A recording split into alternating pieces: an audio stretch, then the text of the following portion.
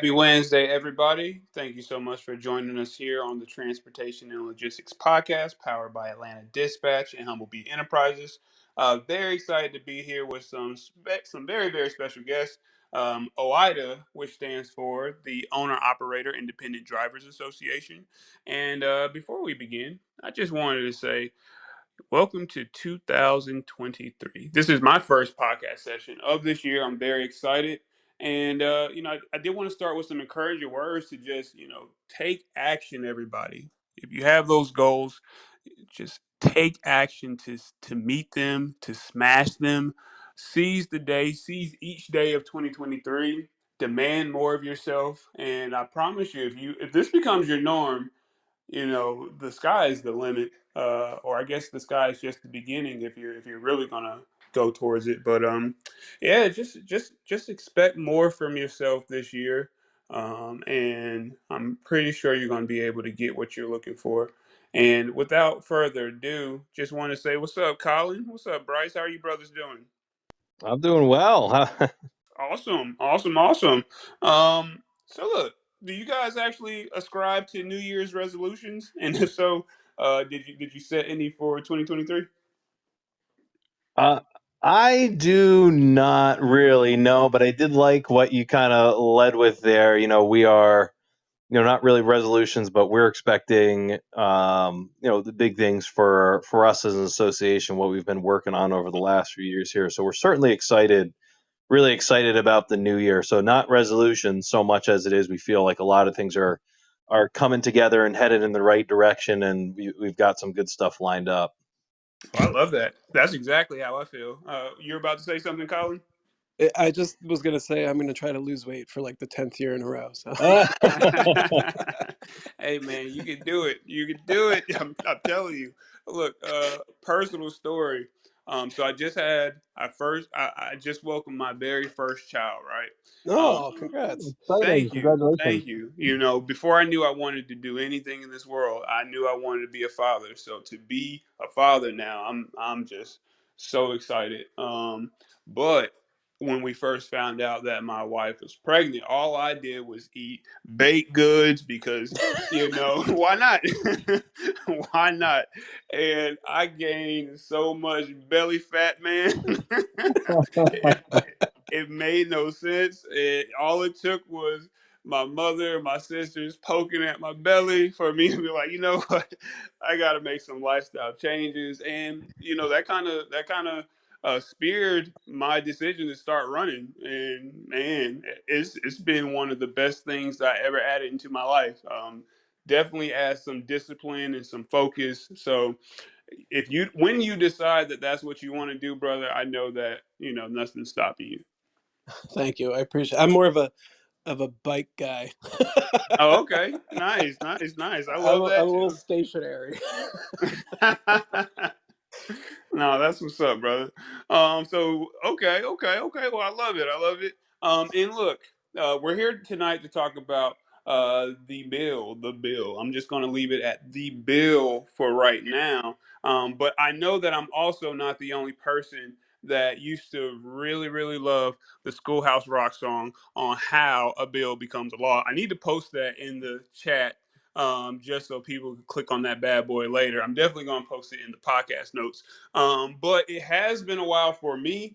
And, I used to like social studies. So just to, have a refresher for my constituents, the people that listen to the Transportation and Logistics podcast, I did want to just give a quick overview of what we're talking about here. So, a bill, first there's an idea or some type of improvement that can be thought of by an average everyday citizen or somebody that's already part of Congress, and it becomes a bill. The bill is then proposed, okay, and the bill is introduced by a member of the U.S. House of Representatives into the House, and the bill goes to the respective committee, whoever is going to be the subject matter experts on that particular area Mhm. after it's assigned a number by the bill clerk. Okay. The bill is reported, which means it is approved by the committee to go to the House floor. The bill is then debated in the House of Representatives until it is ready to be voted on. If that bad boy is successful, the bill is going to be sent over to the Senate. And the same exact thing is going to happen again. It's going to go through a committee, it's going to be debated on, it's going to go to the floor, and then the Senate will have an opportunity to vote to say, hey, yeah, we want to do this. And if they agree, it's going to then go to the president's desk. The president has the ability to sign that bad boy, veto that bad boy, or do a pocket veto. We don't really need to talk about that too much though.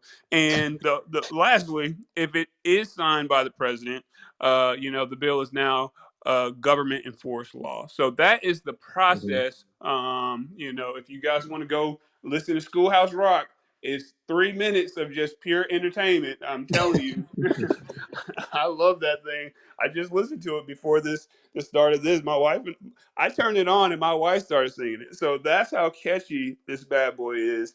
Um, but where are we now with the Trucker Bathroom Access Act? Like, where are we currently, fellas? Go ahead, Yeah. Bryce. Yeah, I actually think and that's a really great way to present this, and it's a really great time to be talking about this actually, because we're actually, so when we, Jory, when we first started talking about this, we were at that first, step or two, where, and this is a great bill, it's a great example where you have someone, you have truckers who identify this issue, and it's a relatively straightforward issue, which is they're having trouble accessing restrooms when they're picking up cargo or making deliveries. So in talking to their lawmakers and in talking to us who work for them in DC, we found some lawmakers are like, hey, this is an idea that makes sense. So just a few weeks ago, we saw the introduction of the Trucker Bathroom Access Act. I will say the caveat here, though, is that with the start of the new Congress, as I'm sure some people may have seen here, the House is trying to get itself in order. All legislation needs to be reintroduced. So really, it's something that usually is taken for granted, but the House starts over completely. It starts with a clean slate. The House has to elect its speaker, then agree on a set of rules for governing itself over the coming 2 years. And then after that is when you see bills introduced, committees formed, debate happen, and all the stuff that you just mentioned. So that stuff will come eventually, and it's usually what we take for granted. But where we're at the process now and what we expect to see soon is reintroduction of this legislation. So because we have the new Congress, we'll need to have that bill reintroduced. But we're at the beginning parts of that, and that's what we saw at the end of the last Congress was introduction as a bipartisan bill, and it was referred to committee, and we've had some initial conversations there. So we're still in the early stages on this. And Gotcha, gotcha. Well, thank just you. My bad. Go ahead, Colin. just touching on something Bryce said in kind of the early stages of his response, we're lobbyists here in Washington D.C. We get a bum rap all the time for secret deals and working behind the scenes and trying to avoid attention and transparency. But it's a bum rap because if you look at this bill, I mean, the spark of this bill was truckers picking up the phone and telling us, hey, we're delivering throughout a pandemic and no one is providing us access to restrooms. It's absurd. I mean, I don't think anyone's going to argue with the fact that that type of condition is absurd, but that's what led to this legislation. I mean, Mhm. truckers picking up the phone and letting us know what was going on, what they were experiencing on the ground, what their biggest difficulties and concerns were, and we turn it around and make it legislation. Hopefully, we kind of have some wind in our sails on this one, and we can get something done because, from all indications that our members provide, it's still a big problem for them, and we've got a lot of education to do on Capitol Hill to convince folks, to convince lawmakers that this actually is a problem that our members face on a daily basis. So the work of truckers is not yet done. I mean, you sparked this. You got a bill introduced, but we're going to need truckers to help push it through the committee and onto the House floor and over to the Senate and through that whole process that you kind of laid out when we began. Right, right, right. Okay. Well, thank you for that. I'm happy that you guys were able to bring clarity because, to be honest, I was thinking that this was already a win. You know, leaving 2022, and it had Hmm. already been brought up, and there was so much energy behind it. You know, the fact that it has to start back over from zero is that's news to me, and you know, I think that's the reason why we're having this conversation, to just bring more attention to it, so that Hmm. people who are actually affected by this bad boy, you know, they have the information to wield it as they will. Yep. So thank you for that update. That's clarifying information for me. Um, do you feel like we have what we need to get this bad boy done, especially since it is bipartisan? I would the fact it's bipartisan really helps us out. The fact, and shout out to the women who are listening right now. The fact that the organization Women in Trucking and a female representative came forward and said, you know what, we're gonna put all of our might behind this to try and get it done has really been very, very helpful for our efforts on Capitol Hill. It kind of got us launched in 2022, and in 2023 we're hoping to just continue with that momentum. So shout out to the ladies for really hammering home the effect this policy, or this lack of policy, has on them in their daily lives. And it's difficult having to start from square one again, but if we're being honest, I mean, this bill, we only really got it off the ground a couple weeks ago. We didn't really have enough time to really start the ball rolling. So we're kind of just hitting restart a couple minutes into a movie because we're talking or not paying attention. Okay, I like the way you said that. That makes sense. What, And was the one other thing too, I think to mention, kind of like to help put things in perspective. You're talking about the legislative process and how something gets signed into law. So the bill number on the bathroom bill, the restroom bill, uh, when it was introduced, it was HR 9,592. So that means that was the 9,592nd piece of legislation introduced. So that kind of gives a sense of, when you're talking about like where does this stand, or like what are its chances of things like that. It's like there are just so many things that are brought before Congress and introduced every single, every day, every year, and every Congress. But to Colin's point, we do, I think we do feel better about this than kind of like your average bill that you put out there, because, we know we're on the right side of this issue. We know Yeah. that we have bipartisan support from the get go. And we, like Colin said, we have the support of women in trucking, and women in the trucking industry. So, just to kind of like put it a little bit more in perspective. Yes, we know, anyone who's introducing a bill, it's going to be an uphill climb, but I think we feel better about this one than you do on average, just because of, we know we're in the right on this issue. Right, right, right. Was that did that happen to be the president and CEO of Women in Trucking, that made her voice known and the support began, that helped your cause? Was that Miss Ellen? Yeah, we reached out to Ellen when we thought we had a sponsor for our bill in place, and she said, "Oh, this is a top priority for my members. Can we work together?" And I mean, we like hearing nothing more than another organization saying, "Hey, let's work together," because that doesn't necessarily happen a lot in trucking. Everyone has their own kind of parochial priorities and issues, and oftentimes it's more of a conflict than it is a joint effort. So having Ellen come out and say, "Yeah, I'm not only going to put our organization's name on this, I'm going to actively advocate for the passage of the bill with you." I mean, she's been participating in meetings with us since the Hmm. start, and it's really been great because. Uh, I mean, Bryce is right. On face value, we think we have the right argument in here. I mean, truckers should be permitted to use restrooms when they're delivering or picking up cargo from a facility that provides restroom access to employees or customers. But having Ellen with us, I think, gives people a little bit more perspective about the fact that I think people kind of reactionarily think most truckers are men. They can take care of these issues on their own. And to Ellen's credit, I mean, she often talks about some of the unique difficulties that women face with this issue, and I think that has really made our argument much stronger and much more powerful. So we'll work with anyone willing to help us out on this issue. It's just great to have women in trucking there from the first step.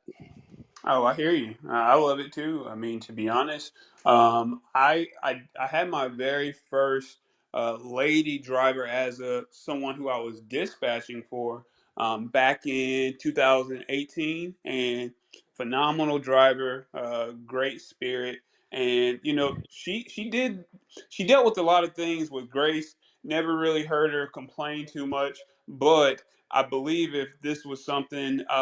If there was one thing I did hear her talk about, it might have been this. So, would you Yeah. say that this is something that was only brought to the limelight, the spotlight because of the pandemic, or do you think it's been something that's been an issue for years, maybe even decades?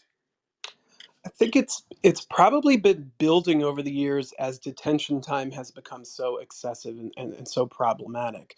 But I think the pandemic just kind of worsened all conditions for drivers to some extent. And this was one where I think it just had gone a bit too far. And folks were fully understanding that they were moving the freight that was keeping the country safe and healthy. And at the same time, their safety and their health was being brushed aside because people didn't want to provide them access to these restroom facilities. So yeah, I think the pandemic shone some more light on the issue and really kind of became a tipping point for us as an organization to say, we've got some champions on Capitol Hill. Maybe it's time we turn to them and see if they're willing to introduce some legislation that would take care of this issue. And I mean, I'm going to keep going back to it. We really think when the chips are laid down and everyone has made their case for or against this bill, we're always going to have the high road. I mean, I giggle. I shouldn't giggle because I know it's a real problem for folks, but it's kind of frustrating for us to have to go into congressional offices and say our members are being denied restroom access at facilities where they're picking up or delivering cargo, and all we want from this bill is to provide them access to restrooms that customers and employees are granted. I'm hoping that folks think, wow, I had no idea this was such a problem for folks, and this seems like a really straightforward solution to it, and that gives us momentum on this bill. And Right, I right. think I think too, kind of one of the things we've seen is Colin touched on it, and Jory, you mentioned it, but like at the beginning of the pandemic, everything kind of shut down, or at least so many facilities shut down. And while a lot have reopened, I think this is anecdotal or kind of what we're hearing, but I think maybe there's just how you kind of see some of the pandemic measures or what you want to call them left in place. So is it facilities that Yeah. restricted that access and then kind of just never moved to restore it, or maybe they put out porta johns to try and for whatever reason, to social distance or whatever, and that's just kind of they've continued those policies. So I think um, Colin's right that it's just kind of the pandemic has brought more of a light to it, although it's always been a problem, and the pandemic has created some new issues. Right. Would you fellas say that this is a truck driver issue or this is an American issue?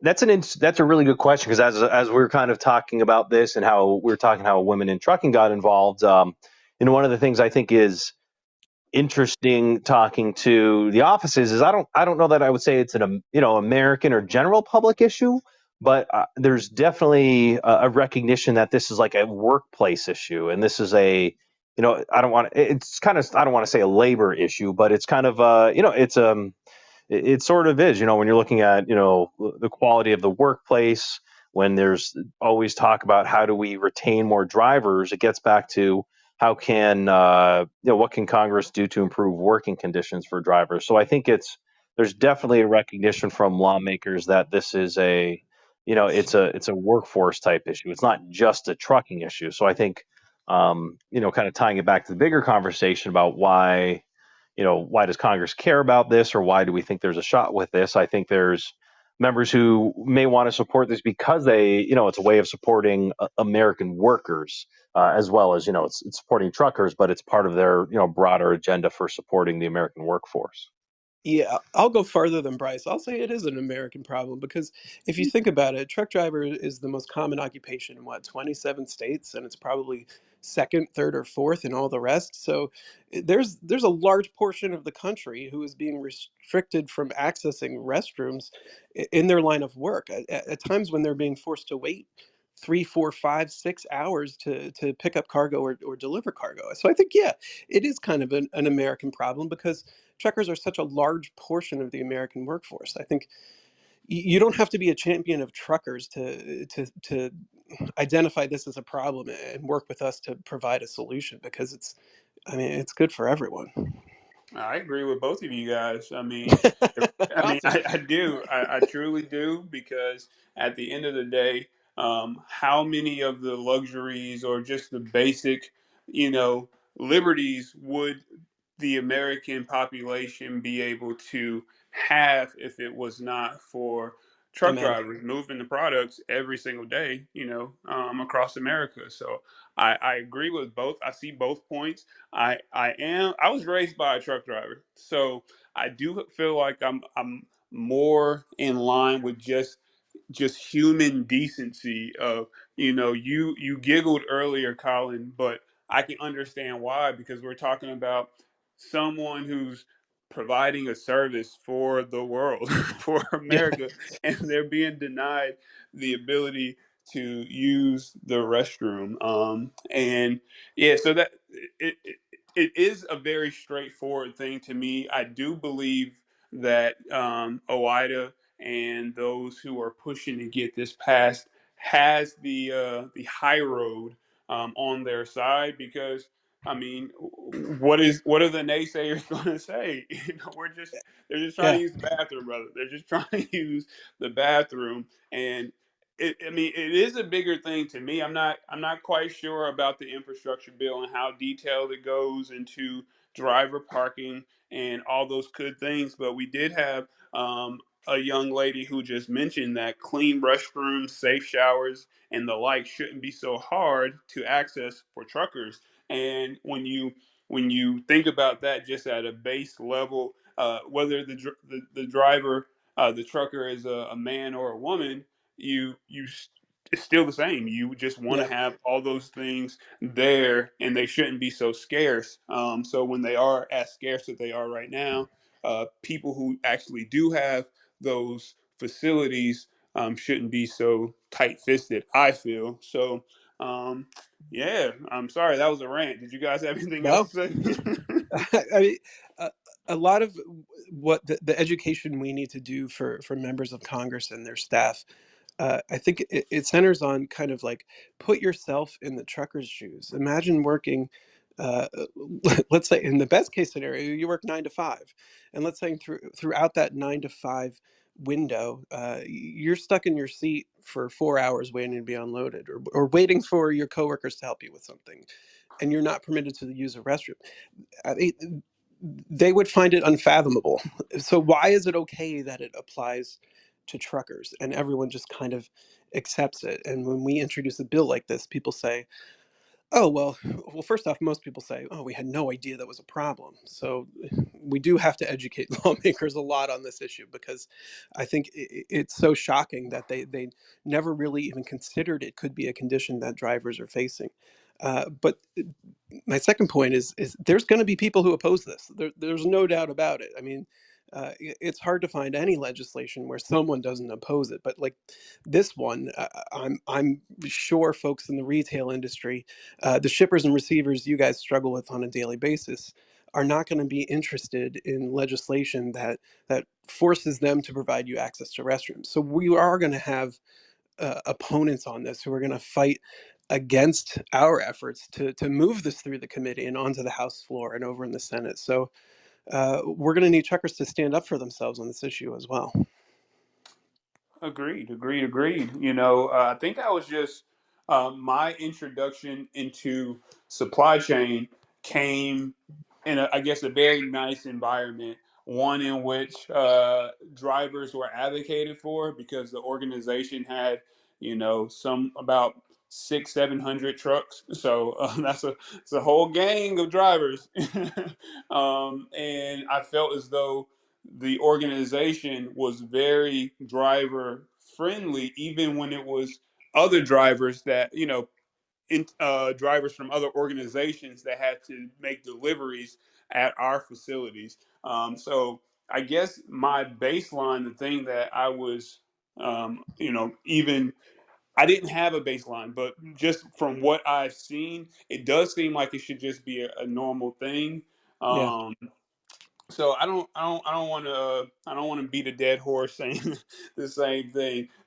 As far as the actual verbiage, have you guys been able to? Do you have an opinion on how the verbiage is written? Do you think that is solid, or are there any uh, places where the language might be, something that you're apprehensive about? I think if we're being honest, it's probably a work in progress. We want to get it out there. We want to raise awareness for it. We want to get a jump start on action. But I think we know there's going to be some fine tuning of the language, and specifically, I mean, folks are wondering, well, how is this going to be enforced? And this has been quite a problem for us, quite a challenge. We're waiting for some more experienced folks to provide us their perspective so we can move forward with some sort of possible enforcement mechanism. We want to keep it at DOT. That's kind of the neatest, cleanest way to do it. Our concern is it might go over a Department of, which create new headaches on Capitol Hill for trying to get this bill passed through committee and onto the House floor. But I think there will be some refinement that you'll see. The original text, if it passes as is, great. We think it's a good approach.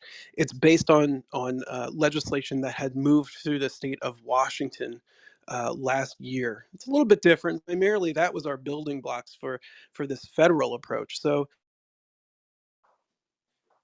there's more eyes on it, more lawyers weighing in on it. So I think we'll probably see some fine tuning before we have a finished product that could potentially be signed into law. But that's just part of the process, and it's getting a bill introduced in 2023.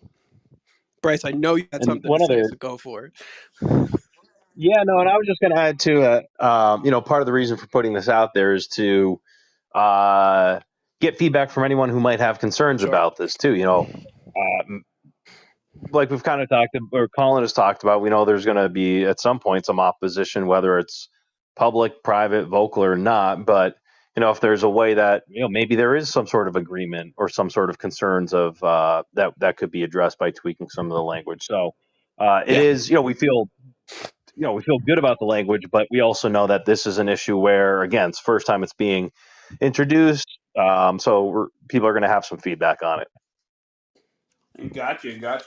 And when it comes down to it, um, people who are learning about this process right now, how do when they have their opinions or maybe their suggestions or all those kind of good things, how are they able to share those opinions with the people that matter? Like, who should they be speaking to? If someone's listening to your voice right now and they feel very strongly, and maybe they have the best idea ever that can totally make this thing, you know everybody would have to actually support it. How could they get that information out to the people?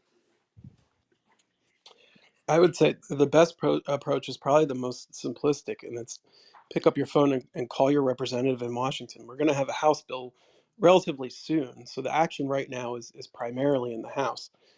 The best way to help the effort is to reach out to the folks you sent to Washington to vote on these bills and to pass these laws. So I would say that's your first step, and then continuing to do what you're doing. I mean, talking within the driver community and making sure folks are aware of the problem in case it may not be affecting them currently, and what the potential solutions are. This legislation, and keep the buzz growing and keep it focused on action. Keep it focused on everyone reaching out to their lawmakers and saying, "Hey, you got to support this for us. It's a real challenge that we're facing. This is a solid solution to solving the problem. Let's see some action." Bryce, what do you think? Yeah, no, I agree. And I think one other thing, just, I know we usually put a plug in for, our advocacy work. Our advocacy website is fightingfortruckers.com. and we send out action alerts and updates on this bill and any other issues that we're working on. So that's a good way, because through that website you can contact your member of Congress, Mhm. your representative, and your two senators. So you can stay up to date. You can know when the bill's being introduced, and that's always a good time to reach out with feedback as well. Perfect, perfect. Well, yeah, I'm always going to do what I can do to utilize this platform to share the information, and I also want to give Mhm. a shout out to some of the other folks that are doing letting their voice kind of just speak for itself. We have Chris Jolly, that brother. I think he was even keeping a tally, a day count of how long it's been since drivers have been able to use restrooms or something of that nature. Hmm. Basically, he was letting he was using his platform. We also have Larry Cawthorn. I interviewed him last week. He's definitely one of America's funniest truck drivers. So I really enjoyed talking to that brother. But he's also utilizing his platform to share that information of his experiences when he's at a shipper or receiver and is being refused the ability to use the restroom. So this is everybody's issue.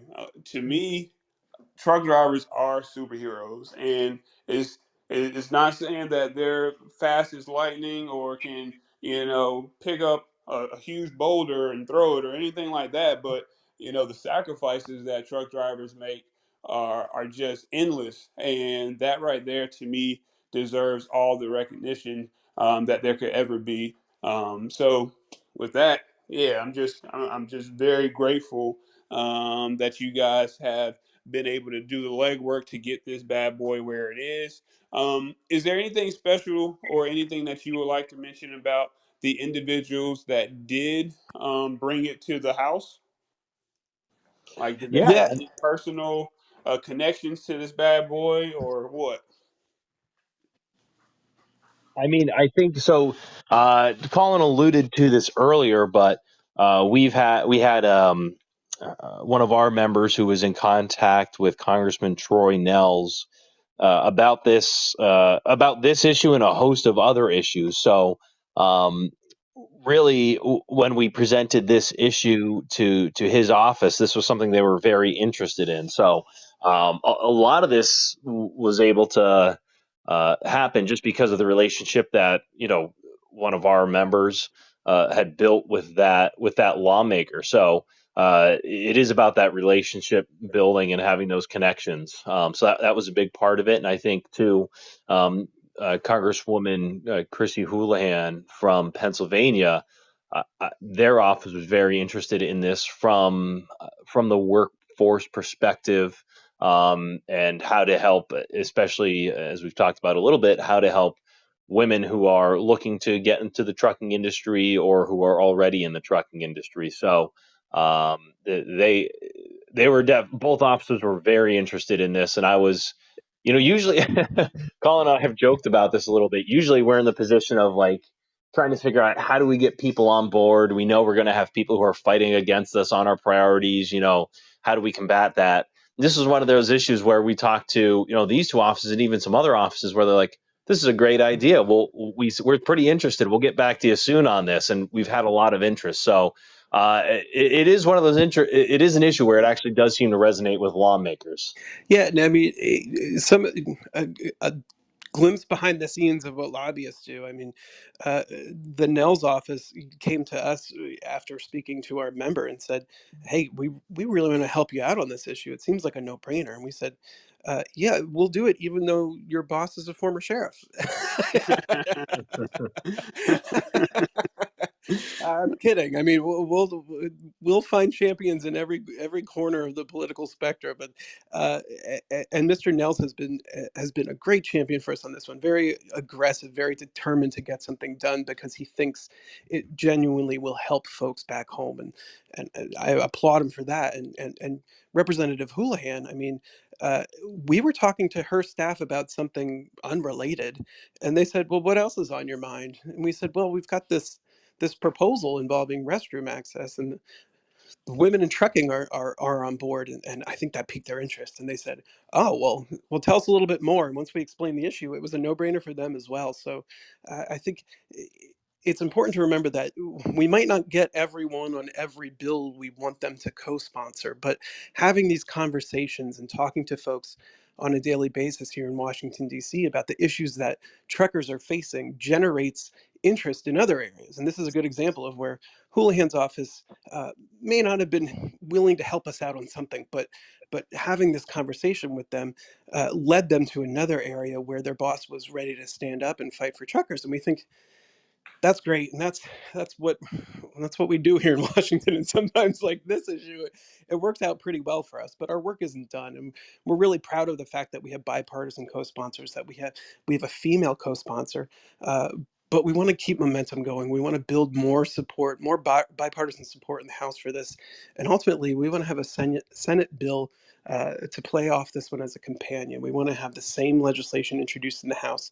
And I'm not going to reveal too much, but we've already started having conversations with senators about potentially introducing this bill over in the upper chamber as well. So uh, that would be that would be really great for momentum to have the bill introduced in both chambers in a bipartisan manner, which is our goal. So I think these conversations are still early, but we're getting hopeful about a bill. And I know there are many ways this can be derailed, and there's many opponents that will come out of the woodwork. But I think we've got the wind in our sails in this one, and I continue to say it. I mean, when you make the argument, no one's going to say no. Truckers should not have access to restrooms at facilities where they're delivering. So we feel good about it. Good, good, good. I am happy to have you guys on the podcast for now the third time because, Yeah. to be honest with you, my experience with lobbyists before this was watching Scandal and House of Cards. I didn't know, brother. I didn't know about lobbyists, but I do like what I'm hearing. I think that the energy is good. The intentions are definitely to support, again, those superheroes. And Yeah. I appreciate it. Yeah, 100%. And Bryce, you mentioned something, brother. You said that it was due to a relationship that one of the members of OOIDA already had with that office that kind of gave you the shoe in. Was that member? Is that was that a truck driver?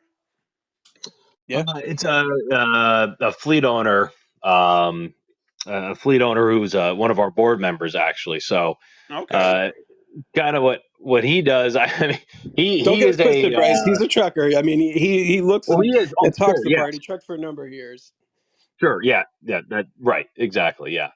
But just to kind of give an idea of how engaged he is on these issues, he makes sure to share the Landline magazine, OIDA's print publication, with his lawmakers, highlighting stories, keeping them up to date. So, I mean, he is about as great of an advocate as you could ask for.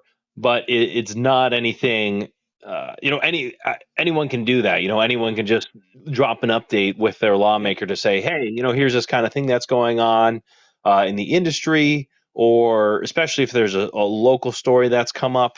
Just sharing that and just flagging it to say, hey, this is what we're dealing with. So it's not anything difficult or rocket science. Certainly, it takes a little bit of time, but it's nothing that needs to be too complicated or difficult. Yeah, one of my biggest problems with truckers, if I'm being totally honest, is that uh, for all of their confidence and at times aggression on some issues, they get intimidated by the legislative process and the political world, and it causes them to kind of disengage. And we need the exact opposite. And I always remind truckers, you guys are the experts on these issues, and lawmakers rely on experts to develop policy that affects your lives. So don't wither and assume political or legislative process to be. You are the subject matter expert. You know better than any lawmaker on the Hill. I can guarantee it. I mean, I think there's only a handful who could even keep a conversation going about trucking policy, if I'm being honest. So they're going to rely on folks back home, the people they represent, trucking expert. Share that expertise, share that understanding and that knowledge with your lawmakers, because it leads to outcomes like this. It leads to legislation that benefits the entire trucking community being introduced in the US House of Representatives and potentially the US Senate in another month or two. So don't ever shy away from these conversations simply because you're intimidated by the legislative process and what goes on in Washington, because you really can make a difference. I mean, we're talking about a single OOIDA member who happened to pick up the phone and talk staffer in a congressional office. And now we are talking about a bill that we think has a great opportunity to advance in the House. That's as simple as it is, and we could use we could certainly use the support, because, like I said, there are hundreds of thousands of drivers out there. If they were all picking up the phone and calling their legislative offices, uh, we'd have a lot of results. I mean, it would make our lives easy, if I'm being honest, which would be nice. But what would be nicer is actually producing results for truckers that affect their daily lives, improves their safety. This is a good example of how it's done. Oh, right, right, right. Well, I think that's beautiful, man. That when you said that, when Bryce said that it was a member that was the catalyst behind this, or at least the very beginning step. I wanted to know what they were doing and what their position was, and you know, because I wanted people to be able to understand that anybody can do it. Yeah. Anybody could have been that person that just picked up the phone, and maybe it was more than one phone call, but eventually established a relationship that could lead to something bigger than they ever could have imagined in the first place. You don't have to be a billionaire to get the attention of Yep. a lawmaker. You just have to be yourself and have something that you think is a good idea. Maybe you have the passion to see it done, but just again, from the very get go of this conversation, the whole thing has been about taking action, seizing the day every single day. And if that's what you needed to hear, that would inspire you to do that, listener, I'm just going to say, well, take it. Take heed to it. Take heed to it, because sometimes we get inspiration in some odd ways. And if this is it, perfect. And you don't, if I may, real quickly, you don't even need to be have share their political ideology. You don't even need to like these lawmakers. Don't forget that they work for you. They're sent here to work for you. So pick up the phone and let them know what they should be doing to help you out, because it's quite literally their job. But again, you don't. If they're a Democrat and you're a Republican or better, you're still a here to represent you. So pick up the phone, give them a call. Start slow, because, like I said, they don't know much about trucking, but this is an easy one that you should be able to. A light going on in their head. Gotcha. Right, right, right. Okay. So that's. I'm not gonna lie to you. I think that might be everything that I had on it. If you guys didn't mind, I did want to segue just a bit. Sure. Colin, you said something very interesting about truck drivers being the subject matter experts and these policymakers not really understanding the ins and outs, so they don't understand what really needs to be said or put into the policy, so that it is good, or they Yeah. don't know these things. Hmm. When it comes to this infrastructure bill, and I know, like I said, this is off topic, so you're not prepared for this. Um, is there a committee or a way in which truck drivers can talk about the driver parking, and just like the young lady said, clean restrooms and showers, and are they taking into account truck drivers and their user experience to help develop these things? Yeah, I mean, absolutely. They will even more if more people are active. I know I'm like kind of beating a dead horse now, but it's the truth. And I mean, Bryce and I both worked for a member of Congress for a number of years, and we know uh, from our work that if a constituent comes forward and says, "Hey, I'm an expert on trucking. I've been trucking for 20 years. I've been trucking for 10 years. I've been trucking for 5 years. I can provide you any sort of perspective you need on trucking matters. Well, then when trucking policy comes across their desk, someone wants them to co-sponsor a bill on restroom access. They're probably going to pick up the phone or send an email to you and say, hey, what do you think about this? What is the impact on drivers going to be? That happens all the time. It needs to happen more because that's really how you get things moving and how you get good policy developed that actually benefits truckers. And unfortunately, I mean, Bryce and I encounter this every day here in Washington. Not everyone who is advocating on trucking policy is doing so with truckers at their heart, with truckers as their core mission. That's where OOIDA kind of stands out. We're the ones who are fighting for the men and women who make their living behind the wheel. Not everyone in our industry is doing that. So kind of tooting our own horn here, but if you're going to uh, get active on some of the policies and the proposals we've put forward, because the core of those proposals and those policies is the driver and improving the career for driver, improving compensations for drivers, improving safety for drivers. So that's my 2 cents. Bryce, what do you got? No, I think that I mean I think that covers it pretty well. It's again just it's not too don't I sounds I feel a little silly saying this, but but just don't be afraid to pick up the phone and talk to lawmakers again, Yep. because you're the experts on this, and they should be thankful to hear from you, frankly. Yeah. Got you, And got you, got you. honesty, always be honest. It's the best approach. It's the approach we try to use every day. Well, not try, we do use every day here in Washington. Even if you feel like you're upsetting one, you got to be honest with them, because that's how things get done. I mean, they're gonna find out sooner or later if you're not being honest, and then you're not a reliable resource for them. So just be frank, be honest, be polite, but but don't mince words. I mean, let them know what's really going on, what you're really facing out there, and that's how you build a relationship that leads to things like bills getting introduced and policies advancing through Congress. Gotcha, gotcha. So look, fellas, we did have a question as far as how can we get your information.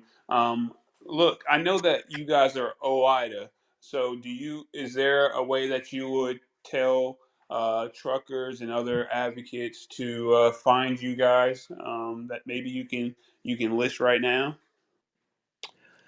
Yeah, I would go back to what Bryce said earlier, fightingfortruckers.com. That's kind of your one-stop shop for all of our issues. And we give you every opportunity to quickly and easily reach out to your lawmakers with a call or an email. It's really kind of a clearinghouse for everything we talk about here in Washington, D.C. Other than that, I mean, follow us on social media. Look for us on Twitter, on Facebook, or even on Instagram, I think nowadays. So yeah, you can follow us that way. Landline Magazine is a great resource. I think they're probably the best resource in trucking for information, for timely information. I would encourage folks to join OOIDA, because I think it comes with a subscription to Landline, so you'll be receiving all the news you need. But also, keep inviting us back here. We'll continue to come back and talk about all these issues and keep the conversation churning, because we know the more people are educated and more aware they are of what we're doing in Washington, the more likely they are to pick up the phone and really help us out by advocating for their own interests. Oh, right, right, right. Okay. Well, perfect, perfect. Look, fellas, I just want to say thank you again for your time. I'm definitely going to. I love this saga that we got going on. You guys are keeping me updated on what's happening in the industry, what I need to keep my attention on, and what's coming down the pipeline, so that I can, educate myself even further and be an advocate when it's something that I wholeheartedly believe. So thank you, fellas, again for always accepting the invite. And if there's anything I can do for you guys in the future, please just holler at me. But next week, I'm excited. We're going to be talking more about truckers and just how special they are. We're going to be bringing on, I believe, the CEO of, what's this company? I'll just talk about it next week. Find it. But what they are doing, which is different from every other organization that supports the broker side of things, is they're giving incentives, and instead of giving the stick to the drivers, they're leading with the carrot. So driver rewards. So I'm excited to highlight that, just to hear more about what that incentive program looks like. But if you guys, again, if you need anything from me, just let me know. But Colin, Bryce, you guys have a blessed week and Happy New Year to you. Thank you. Thank you. Same to you, Thank and you. thanks You for too. having. Thank you. Anytime.